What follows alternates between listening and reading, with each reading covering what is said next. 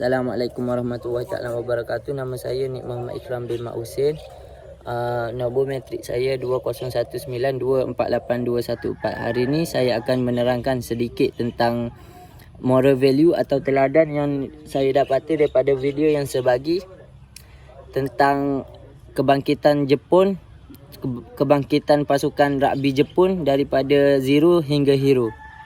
Sebagai pendahuluan, semangat, idealism dan aspek praktikal yang ditunjukkan pasukan rugby Jepun ini boleh dijadikan aspirasi kepada negara yang sedang mengalami transisi seperti Malaysia untuk terus maju dan berjaya. Pada edisi Piala Dunia Rugby RWC 2019 di Tokyo, semua peminat rugby menantikan penampilan pasukan rugby Jepun yang turut dikenali sebagai The Brave Blossom. Siapa sangka Sakura kecil dan underdog ini cukup berbisa untuk menyakiti setiap pasukan besar dalam sukan rugby. Jepun mencipta sejarah apabila menjadi pasukan pertama dari Asia yang layak ke suku akhir RWC 2019. Bagaimanakah Jepun boleh menunjukkan prestasi menakjubkan ini? Apakah faktor-faktor yang menjadi kejayaan pasukan Jepun sebagai pasukan yang diguruni di dunia? Dan apakah teladan yang kita boleh ambil daripada kebangkitan pasukan Jepun ini? Yang pertama, perubahan untuk berjaya. Jika New Zealand mempunyai haka, pasukan rugby Jepun pula mempunyai semangat. Katsumoto. Berdasarkan sejarah, Katsumoto ialah seorang pahlawan samurai Jepun yang handal dan terkenal dengan persediaan rapi sebelum bertempur dengan musuh. Katsumoto bermaksud kemenangan. Dalam bahasa Jepun, semangat ini telah membina mentaliti pemain untuk bermain dengan sempurna dan terbaik secara taktikal dan spiritual.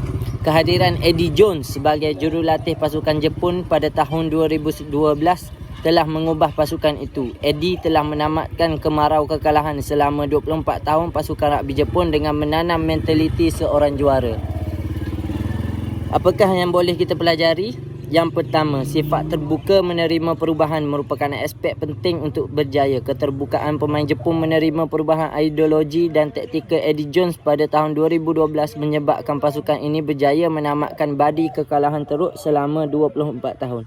Keterbukaan kepada idea baru juga amat penting bagi rakyat Malaysia untuk menerima perubahan yang baik. Cepat atau lambat bukan persoalan tunggal untuk mengukur perubahan sesebuah negara, tetapi sejauh manakah kualiti perubahan ini dapat dirasai oleh rakyat dan negara untuk masa hadapan. Yang kedua, selain itu, pasukan Jepun juga membuktikan bahawa kepelbagaian adalah tunjang kepada kekuatan sebuah pasukan. Pemain Jepun terdiri daripada pelbagai latar belakang. Ada pemain neutralisasi dan berdarah campur. Contohnya, ketua pasukan Jepun yang bernama Marshall Leach juga berasal dari New Zealand dan mendapat kerakyatan pada tahun 2013. Jelas menunjukkan pasukan rugby Jepun mementingkan kemahiran pemain sebagai penyumbang utama kejayaan pasukan tanpa mengira warna kulit. Yang ketiga, rangkul transformasi. Sukan rugby memerlukan ketangkasan dan keputusan yang berterusan dan lancar berbanding dengan pasukan lain, di mana jurulatih membuat panggilan setiap permainan. Peranan jurulatih rugby adalah untuk membawa pasukan ke tahap di mana mereka dapat menyesuaikan diri dan membuat keputusan di lapangan untuk diri mereka sendiri. Yang keempat, berkomunikasi dengan jelas. Tidak ada pasukan rugby yang akan berjaya tanpa komunikasi dan yang berterusan dan jelas. Pasukan mesti tahu dan mempercayai bahawa mereka saling sokong-menyokong. Ini memerlukan rakan sepasukan untuk mengartikulasikan langkah seterusnya dan mengekalkan aliran dialog yang berterusan.